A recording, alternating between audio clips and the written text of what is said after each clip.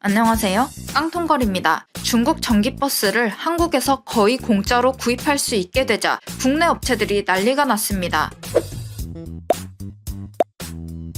테슬라가 쏘아올린 작은 공으로 인해 전 세계는 전기차 시대에 들어오게 됐습니다. 테슬라 모델 3가 나오기 전까지는 전기차는 실용성이 없고 공공 분야에서나 쓸 수 있다는 인식이 많았습니다. 그런데 테슬라가 저렴하고 혁신적인 전기차를 출시하자 전기차 시대로의 진입이 가속화되고 있습니다. 한국은 전기차의 핵심인 배터리 분야에서 강점을 가지고 있기 때문에 전기차 시대 진입이 매우 반가운 상황이죠. 한국에는 LG 에너지 솔루션, 삼성 SDI, SK 이노베이션이 있어 이를 잘 연계한다면 전기차 분야까지 앞서 나갈 수 있을 겁니다. 그런데 안타깝게도 우리나라 대표 자동차 기업인 현대 기아차의 전기차 실적은 좋지 않은 상황입니다. 국내에서 현대 기아 전기차가 주춤하는 사이 중국 전기차 회사들의 침투가 무섭게 진행 중입니다. 우리나라에서 중국차를 보기란 거의 하늘의 별 따기입니다. 깡통걸도 국내에서 중국차를 본 적이 한 번도 없습니다. 그런데 전기버스는 중국차가 한국 완성차 업계를 압도하고 있습니다.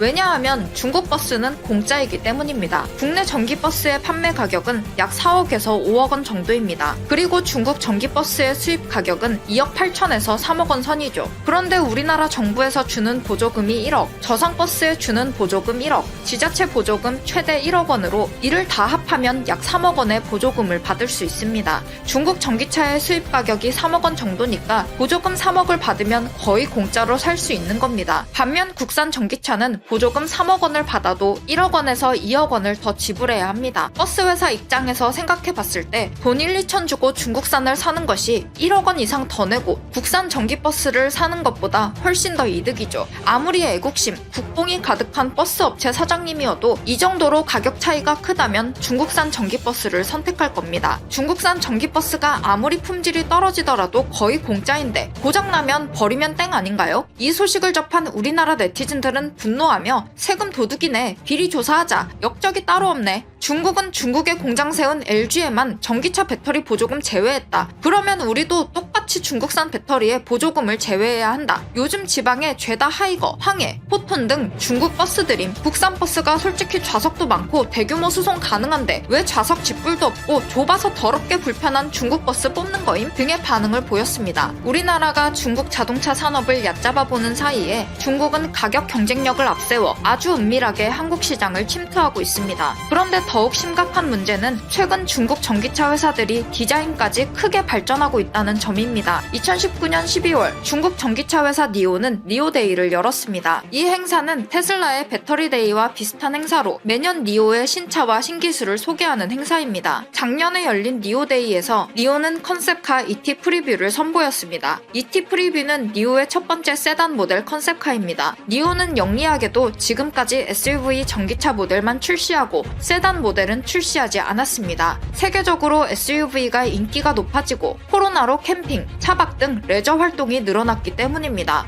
그런데 2020년 니오 데이에서는 니오의 첫 번째 세단인 ET7이 홍보됐습니다. 예상 디자인을 보면 우리나라 차량에 비해 부족한 점이 없어 보입니다. 이 사진을 접한 네티즌들은 저기에 우리나라 자동차 브랜드 마크 붙여놔도 이질감이 전혀 없을 것 같다 등의 반응을 보였습니다. 일반 소비자들도 느낄 만큼 중국 차량의 디자인 수준이 올라갔다는 뜻이겠죠. 중국 샤오펑의 전기차 디자인도 호평을 받고 있습니다. 샤오펑이 판매하고 있는 차량의 디자인은 언뜻 보면 포르쉐 카이엔과 비슷해 보입니다. 언뜻 보셔야 합니다. 언뜻. 일부 네티즌들은 아무리 봐도 중국산 같아 보인다며 샤오펑의 차량을 비하했지만 유럽에서 불티나게 팔리고 있습니다. 2020년 6월 샤오펑은 주력 차량인 G3i를 노르웨이에 출시했고 지금까지 불티나게 팔리고 있다고 합니다. 차량 가격은 4천만 원 초반대이고 항속으로 520km 운행 가능합니다. 사실상 디자인은 호불호가 갈리긴 하지만 가격과 운행 가는 거리를 생각했을 때 테슬라에 비해 매력적이라고 볼 수 있죠. 중국 리샹의 차량도 디자인이 나쁘지 않습니다. 리샹의 대표 모델인 리샹원 차량의 디자인을 보면 진짜 국산차와 크게 다르지 않다는 생각이 듭니다. 이 차량의 옆라인을 보면 마치 기아의 소렌토 같아 보이기도 합니다. 그러고 보니 아까 샤오펑의 차량은 포르쉐 카이엔, 니오의 ET 프리뷰는 기아 K7, 리샹의 리샹원은 소렌토를 닮았네요. 역시 카피의 민족다운 결과물입니다. 중국 전기차는 쓰레기차, 중국 전기차는 장례차 등 아무리 디자인이 좋아도 안 산다는 네티즌들이 많았지만 중국 전기차가 쓰레기라고? 몇 년 후에 봐라. 국산차보다 앞서 있을 것이다. 우리나라도 국가 지원하에 인프라 구축이 시급하다. 좀 지나면 늦는다. 정신 차려야 한다. 등 현실을 직시해야 한다는 의견도 있었습니다. 중국 니오는 이번에 열리는 니오데이에서 엄청난 기술을 발표할 것이라고 예고했습니다. 이번 발표에서 150kW 용량의 배터리 팩을 공개할 예정인데 이 용량이면 주행거리 900km가 가능한 정도입니다. 국산 전기차와 테슬라도 주행거리 500km가 간당간당한 상황인데 한 번 충전에 900km가 가능하다는 건 충격적인 사실입니다. 더군다나 니오의 플랫폼은 배터리 교체 방식을 채택하고 있어 일반 차량처럼 주유소에 가서 간단하게 배터리를 교체하면 됩니다. 이 기술이 문제없이 사용될 수만 있다면 전기차의 가장 큰 단점인 충전 시간 문제를 해결할 수 있죠. 사실 중국은 일찍이 전기차 분야에 진출했습니다. 테슬라가 모델 3를 출시하기 전부터 중국에서는 전기차 보조금을 뿌려가며 자국 전기차 산업을 육성했습니다. 이 당시 중국은 당연히 대국도 아닌 소국도 아닌 중국답게 보조금을 자국 기업들에게만 줬습니다. 이렇게 해서 자국 전기차 산업을 엄청나게 키웠고 우리가 잘 알고 있는 테슬라를 위협하고 있습니다. 지난 11월에는 중국 전기차 업체인 상하이 GM 모링이 처음으로 테슬라를 꺾는 일이 발생했습니다. 상하이 GM 모링은 중국 상하이 자동차, GM, 우링 자동차가 합작해서 만든 회사입니다. 이 회사는 다른 전기차 회사들과는 다르게 보급형 전기차를 주력으로 하는 회사죠.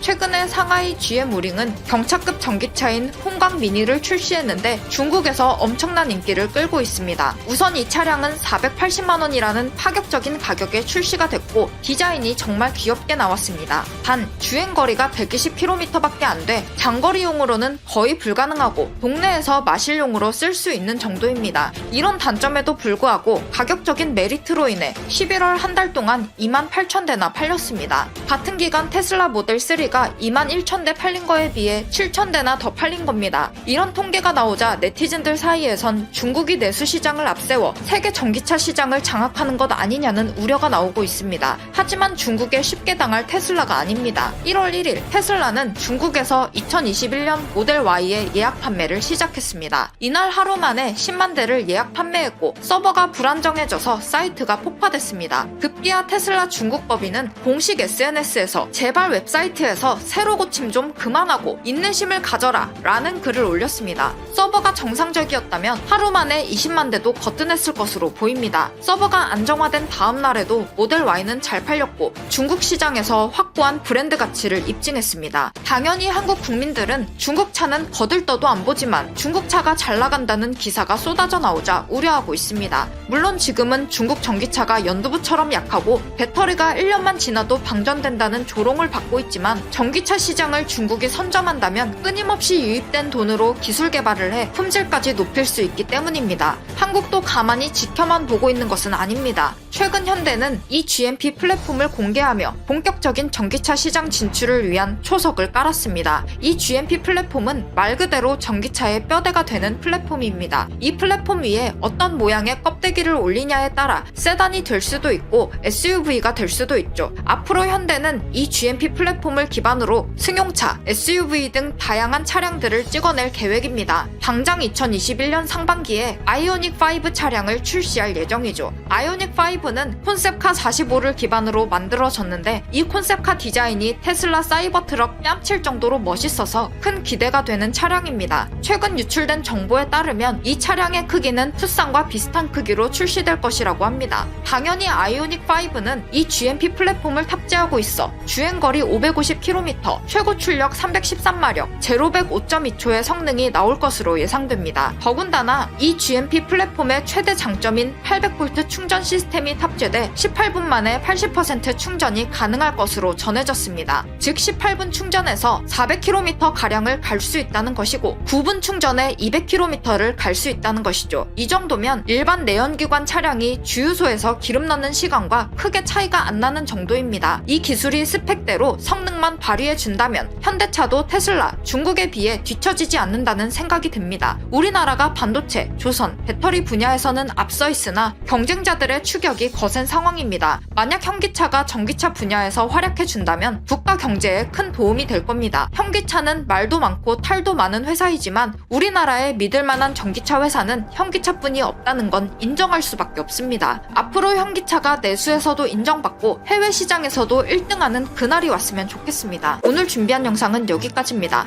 끝까지 시청해주셔서 감사합니다. 다음 영상에서 만나요.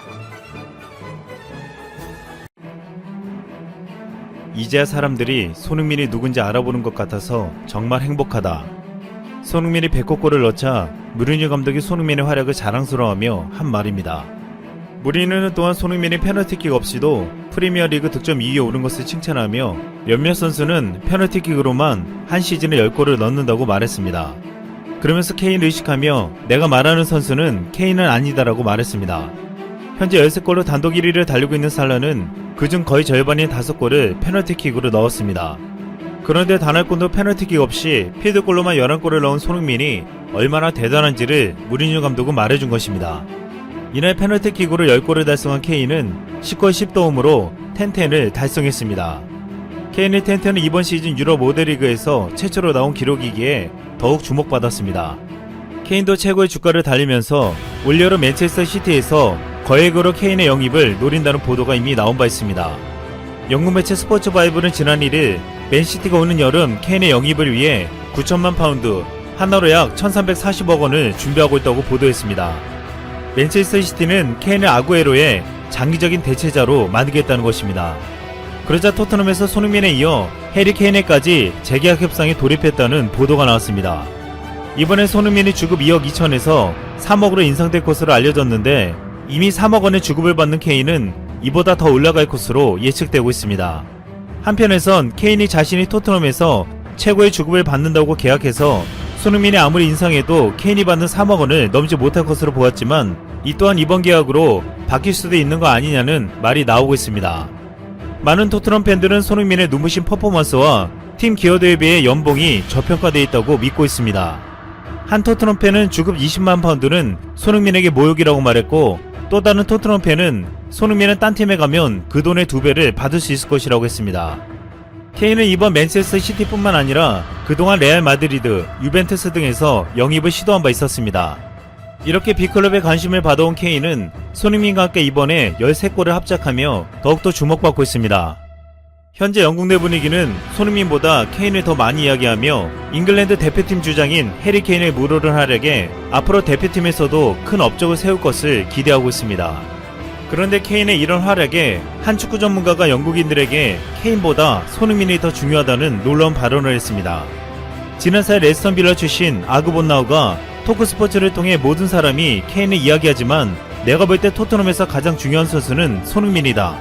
손흥민이 없다면 케인이 도움을 기록할 수 없다고 주장했습니다. 또한 내 눈에는 손흥민은 독보적이다.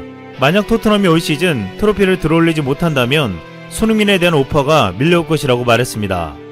아그본나우는 지난 11월에도 손흥민을 두고 나라면 모든 조건을 다 맞추고 무조건 잡을 것이라고 말한 바 있었습니다. 그런데 최근 그동안 손흥민에게 꾸준히 관심을 보였던 레알 마드리드가 이번에 큰일을 준비하고 있다고 알려졌습니다.